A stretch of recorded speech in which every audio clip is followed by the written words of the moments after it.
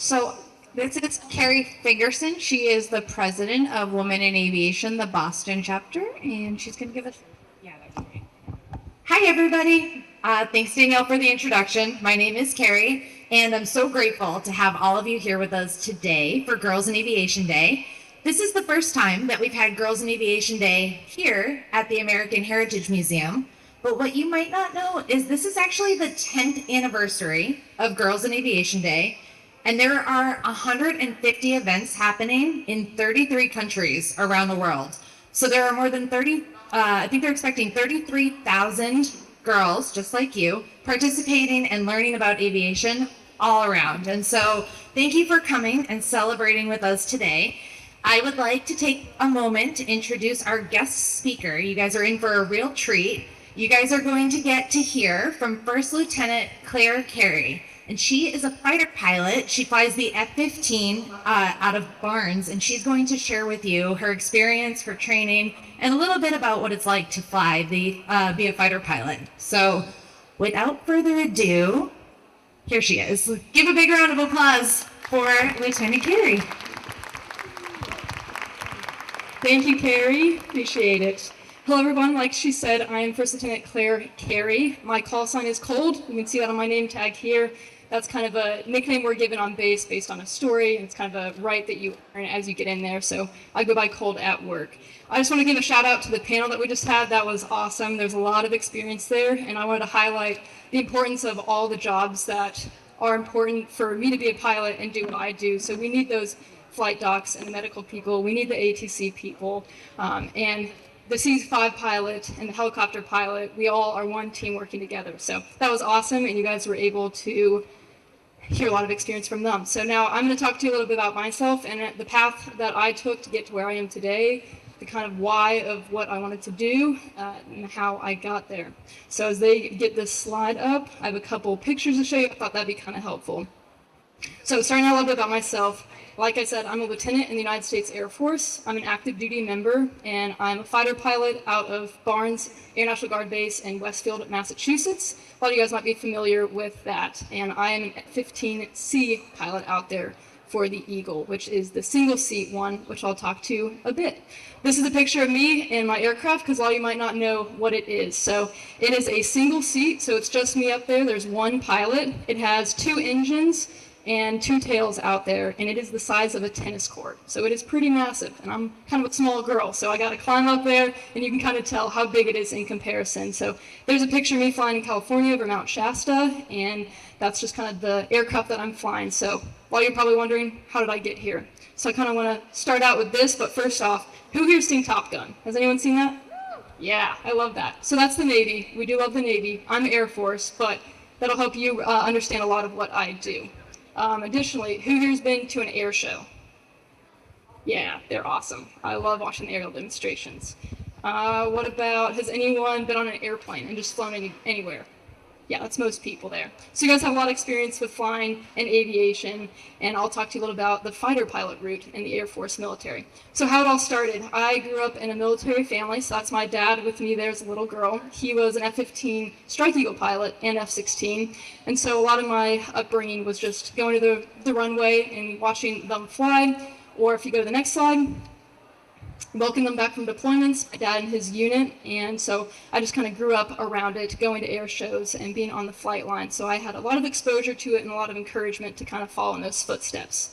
Or when we were living in Washington, D.C., we went to the Air and Space Museum a lot, and that was my favorite museum there. Has anyone been here? Yeah, it's awesome. Anyone familiar with Amelia Earhart either? Yes, I love Amelia. So it was there in that museum that I kind of saw her exhibit for the first time, and that was the first role model I had to kind of see that there's a female doing this stuff, and I could do it too. And so that is the start of what kind of inspired me. First watching my dad and being in that environment, and then seeing Amelia, and I was like, whoa, girls can do this too. I didn't know that, because I didn't really see many females in my dad's squadron growing up. So that is kind of the why of why I wanted to. Along with wanting to serve. I just had a heart for servitude and wanted to serve my country and kind of be a part of a family, something bigger. And so that's a lot of that. Now let's get to how I actually achieved that. So I was just a normal kid in high school. My dad took me out to the airfield and we got a discovery flight, which, has anyone here done a discovery flight?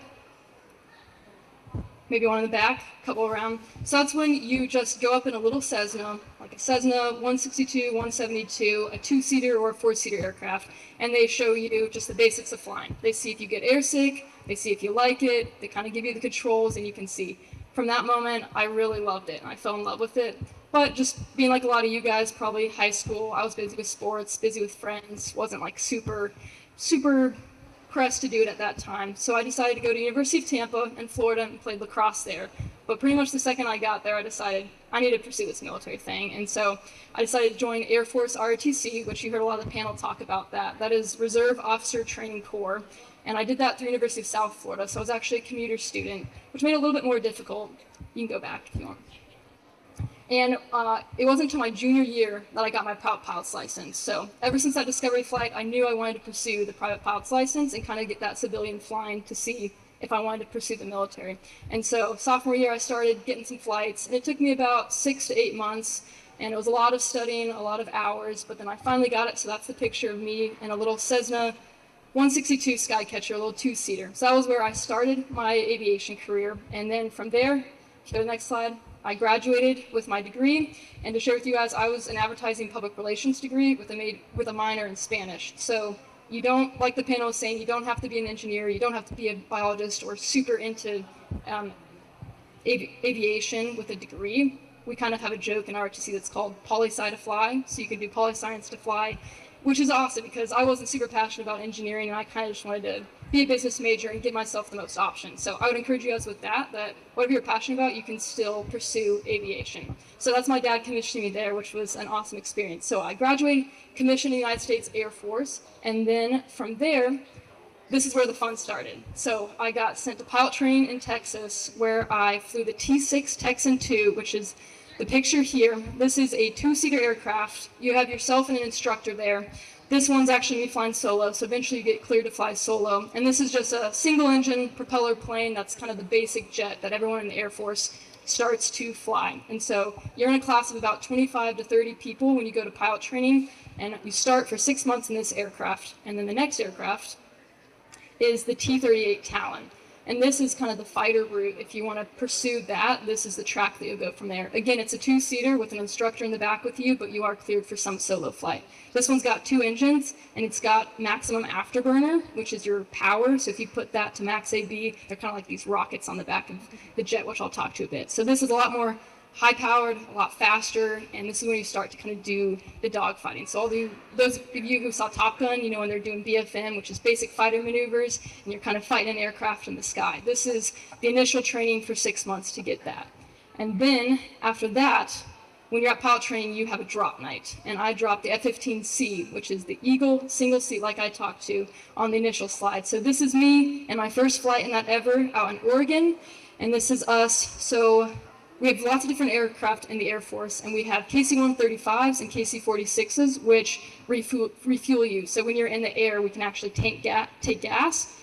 So this is the boom, and on our left side there, you can connect there and you can get gas, which is one of my favorite parts of flying out there. It's really cool that we can do that. So that's me out in Oregon. That was 9 months, about 9 months of training in this specific airframe to be qualified. You do three flights with an instructor there, because we have the D model, which is a two-seater, and then everything after that is pretty much single seat, which is pretty neat. So that is kind of the process from the start of ROTC. Like the panel was saying, you can do any of the academies. You could also do officer training school, which if there's questions about that, I can speak more after. But the route I took was ROTC, went to pilot training, and that took about 2 years total, kind of with COVID, and then 9 months in the F-15C, which then brought me to where I am today, which is Barnes Air National Guard Base. I'm active duty, even though it's a guard base, but I'm doing a total force integration assignment, so we kind of integrate with the guard to work here. And I'm stationed here with my husband, who's also in the Air Force out at Hanscom doing intel. So we are here, and so that's the path for that. Now I want to talk a little bit about what training was like. So I went to Euranato Joint Jet Pilot Training in Texas, and there you have a class of 25 to 30, like I said, and it was me and one other girl. So the female right here, it was us two in one class, and she became my best friend. And it was kind of hard some days. Like there's not many guys around, or there's not many girls around here. It's all filled with men. But they became some of my best friends. They were groomsmen in our weddings. They are still some of my best friends. But these girls here are some of the deep bonds that I formed throughout there. And so I just want to encourage you guys with, there might not be a ton of people that look like me in a flight suit, especially flying a fighter jet, but there are some out there, and there are more continuing. I just want to encourage you guys that if you're interested, you can do it too, and you can follow in those footsteps. So those are the friendships I made, but now talking a little bit about that training. So in pilot training, you can stand this one. It's 12-hour long days filled with, you start with academics, and then you go into some simulation flying. So you're in the specific airframe sim, learning how to land, take off, all those things. And then you move into the flight phase, and you're having constant tests and other academic things, and you're just studying a lot, and you're in the flight room with everybody, and they're long days, but they're so fun because you're stuck there doing it. Has anyone ever done like a hard thing or just gone to a camp and you're just with those people constantly? So you form those bonds very strongly. So 12-hour days, and that's about 2 years, like I said, through all of that. And then when I went out to Kingsley to fly the F-15C, it's the same thing. So you just start over in a new plane. So I've flown 3 different military planes now, and it's just starting over, academics, sims, all those things. And I tell people that it was probably 2 of the hardest years of my life, but they were 2 of the truly best years of my life because of those friendships I made. And also, I just don't feel like I work a day in my life because I love what I'm doing, and I'm super grateful to be flying here. And so it's a very fun career for me. And even if you're out there and you maybe have never been interested in flying, you weren't like me where you were raised around it, exposed to it, or that you think this is for sure what I want to do, you can still do that. There's plenty of people who had no idea till they got to college, and then they wanted to pursue it from there. So that's kind of the training phase. If you go to the next, I'll talk a little bit about what it's like to actually fly the F-15C. So it is fast and it is furious. Like I talked about earlier, you see in the back there, those are the our engines, our 2 engines. When you go to maximum afterburner, they light. And so we actually just had night flying this week. If anyone lives in Western Mass, you might have heard us out there. But they're basically these 2 rocket jets in the back of the jet. And when you're taking off, you put the power all the way up to full maximum burner, and you kind of feel the jet throw you back. And the first time I did that, that was surreal. It was really cool. And so it is fast, and you got to quickly climb and clean up the gear before you overspeed the gear, and so you retract it. And then anything beyond that, honestly, this is the easiest aircraft I've flown. It is easy to land, it's easy to take off, and it's easy to fly. It's super responsive. You could move the stick about that much, and you would do an aileron roll, which is just you go upside down. So it's super easy to fly. It's very responsive. But the hard part that it gets to is the tactics. So we're not training just for fun to be out there to fly. We're training for potentially real-world war and real-world experiences, which, Lord willing, we hope that never happens. But that is where it gets difficult, where you have to learn a lot, you have to study a lot, and you're constantly like in the books and then actually in flying doing the tactics. That's the most stressful part and the hardest part. But everything else is super fun, and I kind of try to make it a goal of mine anytime I'm flying to try to go upside down once a day and just kind of take a moment and be like, this is awesome. This is really cool. To be grateful and just slow down. And just this last week, like I said, we were night flying and took a moment to just watch the sunset and to watch that beautiful full moon. If anyone saw that out there, it was beautiful. So there's a lot of really stressful and hard moments with flying the jet, but it's so much fun. But typical day with me over at Barnes right now is we usually work 12-hour days, but sometimes we'll have shorter days, sometimes we'll have longer, and we still have crew rest, which you heard a little bit of the panel talking about. So I usually fly about 3 times a week, and the days I'm not flying, I'm back in the vault studying, or in a simulator, or I'm a scheduler, also is my other job, so I'm just doing that kind of work. But we'll go out and fly, and then we have a long debrief. So we usually only fly for about 2 hours. And then we land, and then we debrief for about 6 hours.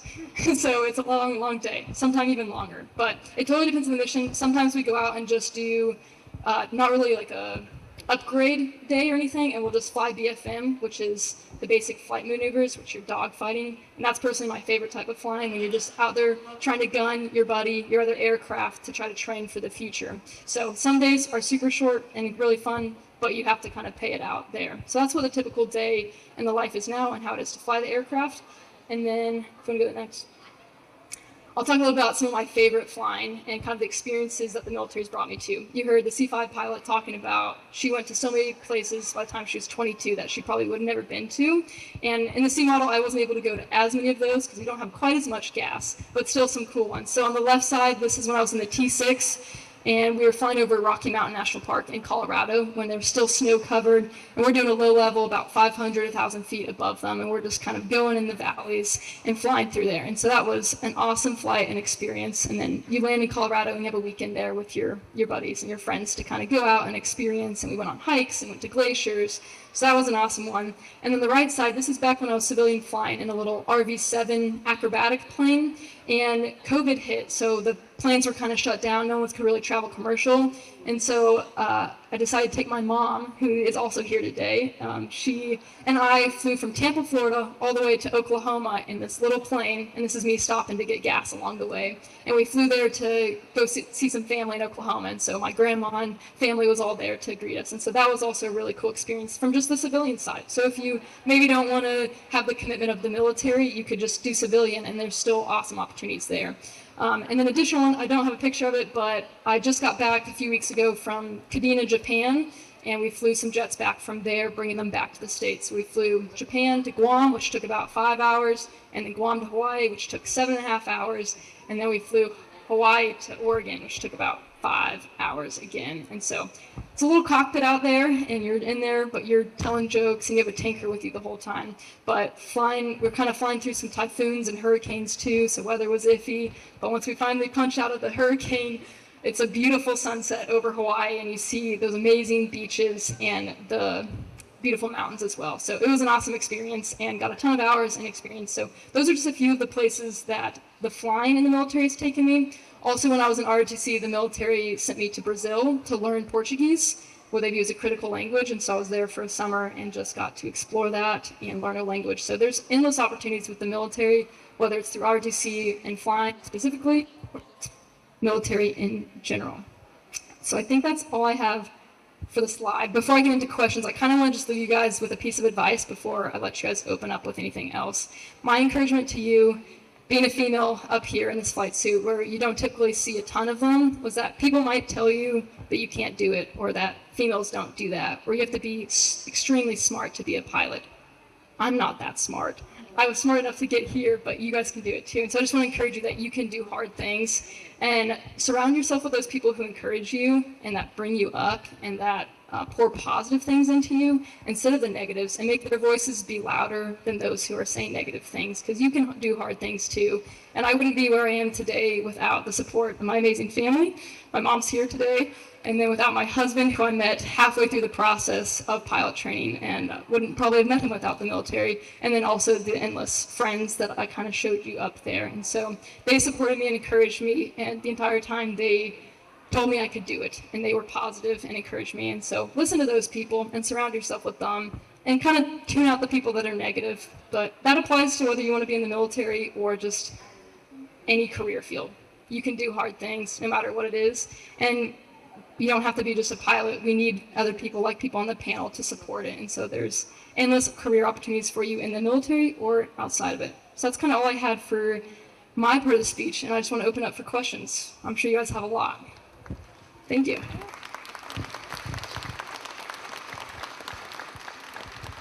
All right, what questions do we have? We'll start here. How do you get your call sign? Oh, that's a tough one. So tradition in the military for call signs, you guys are too young for this, but you have to buy them a drink to then tell them that. But I'll tell you the unclassified version. We kind of have an unclass and then a secret one. It's a whole process also to get a call sign. You have to kind of earn it and be at your squadron for a bit, and then usually it's when you do something silly and then you get named for it. But the unclass version is, people think I'm kind of cold and ice cold, and my husband would say that too when we first met him. He was a little intimidated maybe. And then everyone at my squadron, and then we also play a lot of sports. I love sports. I grew up playing all competitive sports, and so we play basketball and pickleball, and you don't want to play sports with me. I will not lose. And so I beat up on the guys a little bit, and they could not believe it. They were like, you are too cold. You just kept backdoor cutting us. So that's kind of the unclass version. And then there's some other sides of it. But I'll leave it at that. All right, what else we have? I'll go back there.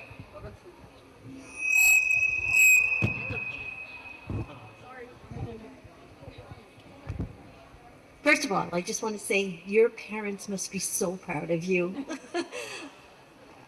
Where's mom? I just know that I have a hard time driving with my daughter in the car, so I'm just wondering what flying with your daughter is like. Is it a scary experience or?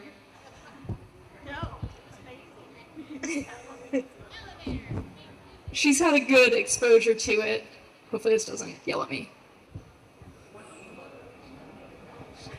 With my dad being in the military, I do have one vivid memory of I was sophomore in college, I think, and my mom called me and she said, "Are you sure you don't want to just be a Spanish teacher? Do you have to do this?" She was like, "I've gone through this with your dad already and the stress of it. Like, I don't want my baby girl to do it too."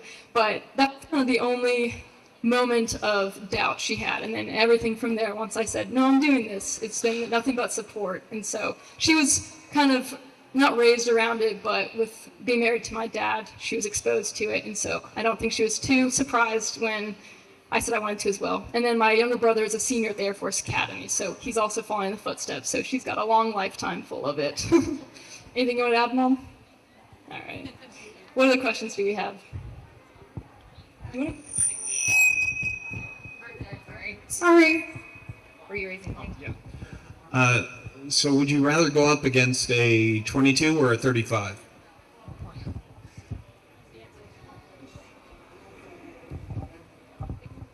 That's an easy one. If I want to win, I'd go against an F-35. If I wanted to be challenged more, I'd go against an F-22.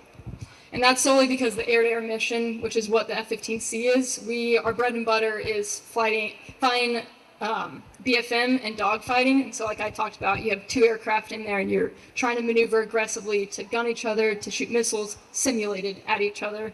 And so the F-22 is super maneuverable, and that's also its bread and butter, and it's very good at air-to-air, and they are just the way the jets are made. They're very good at that, and so it's fun to fly them because it's a real challenge, and they're good. And then the F-35, that's more so meant for air-to-ground. It does have some air-to-air capabilities, but people kind of call them Fat Amy for a reason. Like the jet, it's slow, and it's kind of a pig, and it doesn't move very well, so it's not as maneuverable, so it's a little bit easier to fight BFM against them. So probably 35 if I were to win, but 22 for a challenge. Awesome. What? Are you going to hang around for a couple minutes? Yeah. Okay, awesome. Can we get one more round of applause for Lieutenant Carey? Thank you so much. That was great. Claire has offered to stick around for a little bit, so if you have more questions or you want to talk with her, please feel free to come on up to the stage. That is going to be the end of our speaker presentation at this time, but all of the activities upstairs are going to be open until 1 o'clock, and make sure you get a chance to go across the field there and check out the American Heritage Museum as well. Thank you all very much for being here for Girls in Aviation Day. Enjoy the rest of your day.